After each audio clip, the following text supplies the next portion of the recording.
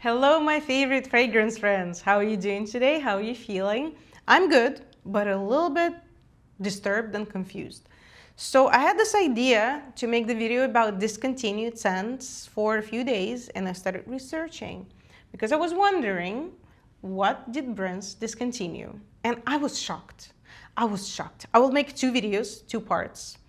And in both parts, there will be shocking things, especially in the second one. Wait for the second one because there will be big news. Really, guys, big news that I was just shocked. I had no idea. But here, we'll talk about Tom Ford, which really loves discontinuing our favorite fragrances, right? And here, Mugler, which recently started loving discontinuing our favorite scents. So let's cover two brands in this video. Please don't forget to subscribe if you enjoy watching my content. That helps.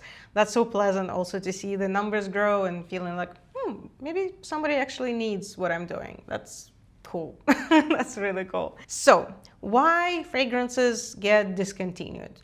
Two biggies here, two big reasons. First, nobody buys, or the sales are too low. To be fair though, some brands don't do it. Some brands just lean heavily into their best sellers so they can support the whole line and they don't have to discontinue things. But it's not always the case. Second reason, one of the biggest reasons is the reformulation. Sometimes the brand doesn't manage to provide us with the same smelling fragrance. For example, IFRA, you can read it here, a big organization that caused a lot of fragrance fanatics tears. And sometimes for a good reason, sometimes doubtful, but it is what it is. And perfumer just doesn't manage to recreate the same scent, or it's too far off, or it just doesn't show the same nature as the original. So the decision is, cut it. So unfortunately, this happens. Let's begin with Tom Ford, with the fragrance that shocked me. I didn't know that it was discontinued. It's not surprising for most people. Most people probably didn't even pay attention to it, but I did. It's one of the reasons why I love Tom Ford and how they can experiment, how brave they can be. And it doesn't always pay off, obviously, but Soleil Brûlant, goodbye. I love this scent. It's one of the most unusual scents on the market for me. It's one of the, I don't know, I'm so sad this did not get appreciation from more people, but I also understand why. And it's a little bit hard to describe it, but I would say it's eating a walnut and raisin cake in a church under the burning sun. It's very hot in that church, in the middle of July or August. It's so cool. It's so cool. I smell walnuts and honey, amber. There's orange blossom and mandarin that add this bitterness. It's such a cool scent. I'm glad that I have, there's enough in this bottle, about this much. I don't use it that excessively because it's a really unique scent. It's not something I would wear every day, but still, so sad. Next fragrance has been discontinued for political reasons. It just got launched. Everybody got excited. Everybody discussed this scent. And I don't remember how many, 3 months maybe, it got wiped out and done. Goodbye. This is Russie. It's hard for me to say something about it because here is another Russie, which is me, as you guessed, right? I'm Russian. And this was discontinued for after the war started. And let's maybe not get into that because that's a whole different topic. But yeah, it was relaunched under the Rose Exposed name, which is pretty cool too. To be honest, I even like Rose Exposed more because that one is softer and easier to wear. This is hardcore. This is a rose, spiky rose, big thorns. Rose with thorns and leather. It's very green, it's very leather heavy, and nobody makes better leather than Tom Ford. Tom Ford just flopped the industry again when they started creating those cool leather scents, right? And they as always, they play with the industry. They used to play, maybe not as much now, but they used to play with the industry like this. This is not something I wear every day too. This is a little bit challenging for me, not the scent profile I love, but I kind of keep it for nostalgic purposes. Maybe, I don't know. Kind of cannot just say, oh, let me sell it or give it to somebody. I don't even think about it. I'll just keep it and use it from time to time because it's still special. It's still special to me, and I'm glad that I have this scent. Third fragrance from Tom Ford is from the same rose line, Rose de Chine. I think Rose d'Amalfi, it doesn't focus. I think Rose d'Amalfi is the only one that keeps standing and working for everybody. Although I don't love that one so much, but I feel like it works better for mass market, for mass appreciation. This is more unique, peony with incenses, amber, meditative scent, scent of the spring. When you see the first peonies in the street, maybe closer to summer, you know, when the vendors, the sellers start selling the peonies and you see this pink color and you're like, oh yeah, that's good. At least that's how I feel, okay? Next fragrance caused a lot of tears. A lot of tears. I witnessed some of those, honestly. I know people who were extremely sad and disappointed when this got discontinued. I still don't know why. I thought this was a successful launch. I genuinely believe that. I thought it was doing well, but not sure what's the reason. Noir pour Femme. They still keep the masculine version, and this one, bye.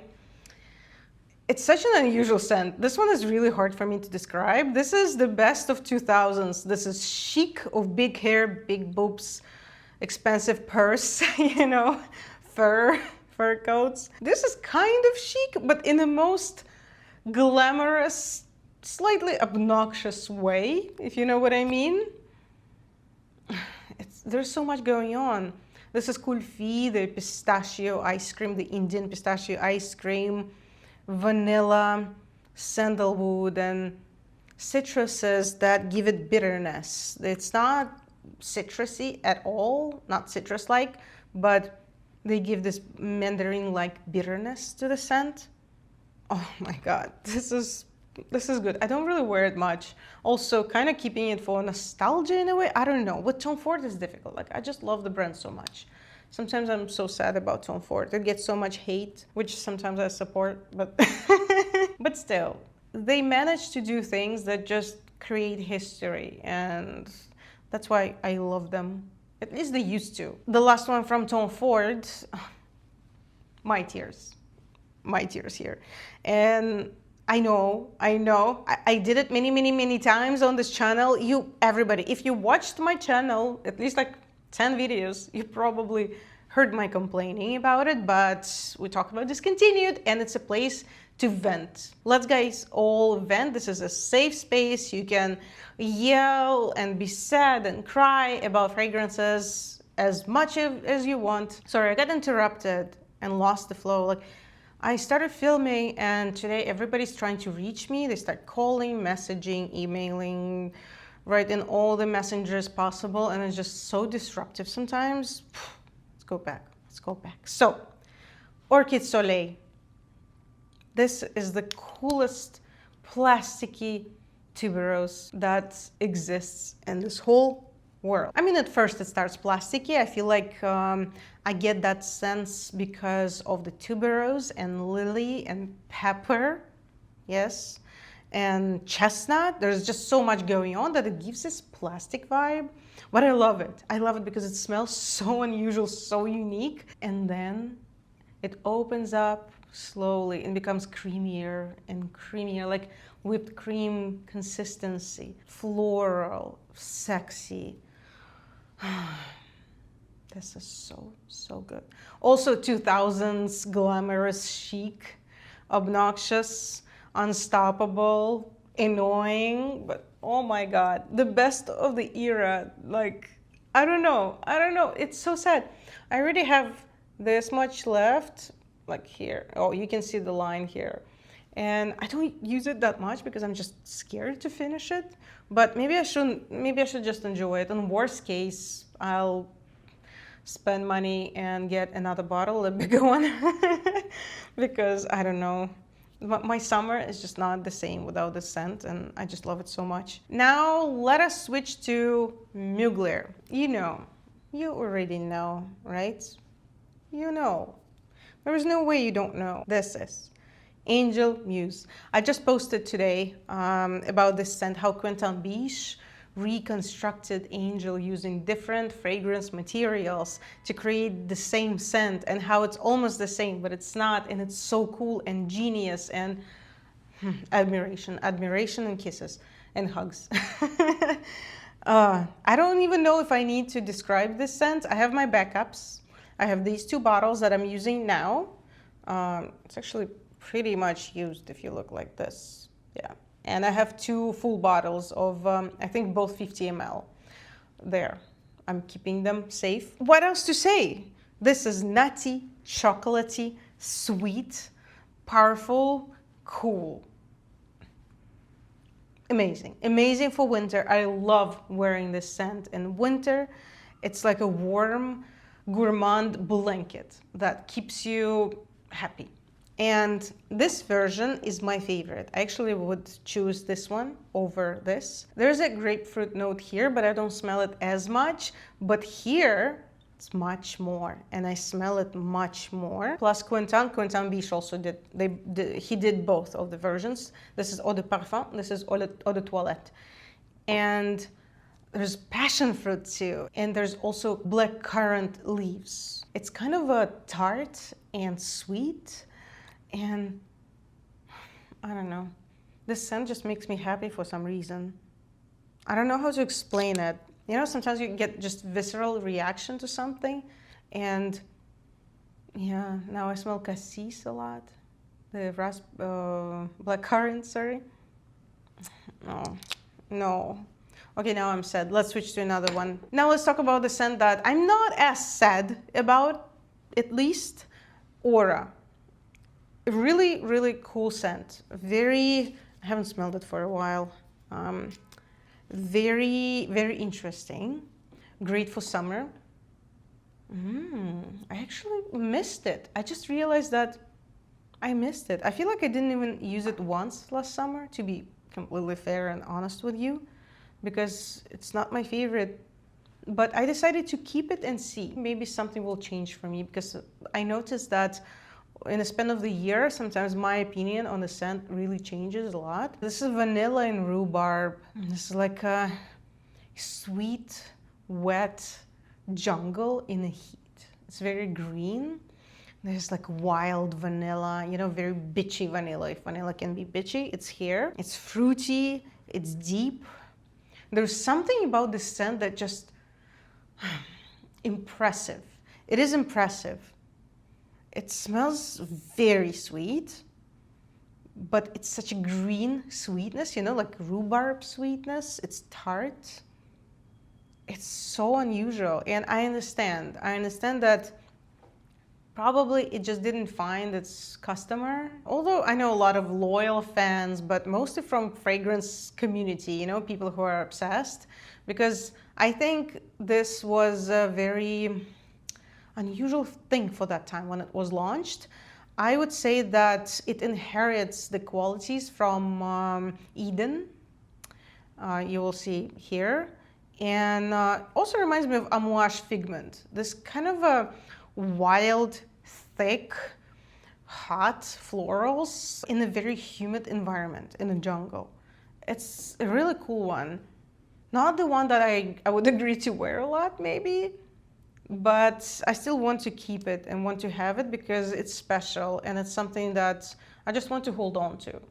I don't do it a lot, but I tend to do it with discontinued scents. And the last one from Mugler is from Les Exceptions line that was resurrected recently. They are relaunching the whole line, which is good news, but some fragrances didn't make it back. And Supra Floral did not make the cut. This is a very unusual scent. This is kind of old-fashioned scent. This is hyacinth with incenses. It's like a foggy morning. It's so meditative. It doesn't belong to any time because of hyacinths, because they're not really popular now. They used to be much more popular now than now. Now it's considered maybe a little bit of old school thing, but it's still, I don't know. I feel like this fragrance is outside of the time periods, you know? It doesn't smell old. It does have this vibe of the past, but I don't know. I can see this coming back. Honestly, I can see something like this coming back, especially with the waves of nostalgia recently. I think it's beautiful, and I'm so sad that it didn't make it, but I'm so happy that I have a bottle, and I'm sure this will be enough for me. I'm not such a huge fan of this scent. Obviously, I like it. I wear it in the first days of spring, first couple weeks, when hyacinths are starting to grow, especially here in New York. There are hyacinths growing around my building, and I love just smelling them. This is the best for that time. Okay, guys, now it's your time. Vent. Tell me everything. What you feel like, how you feel like about it, what you think about all the discontinued scents that broke your heart. I will prepare a Kleenex and I will read and cry with you in the comments. See you soon. Bye bye.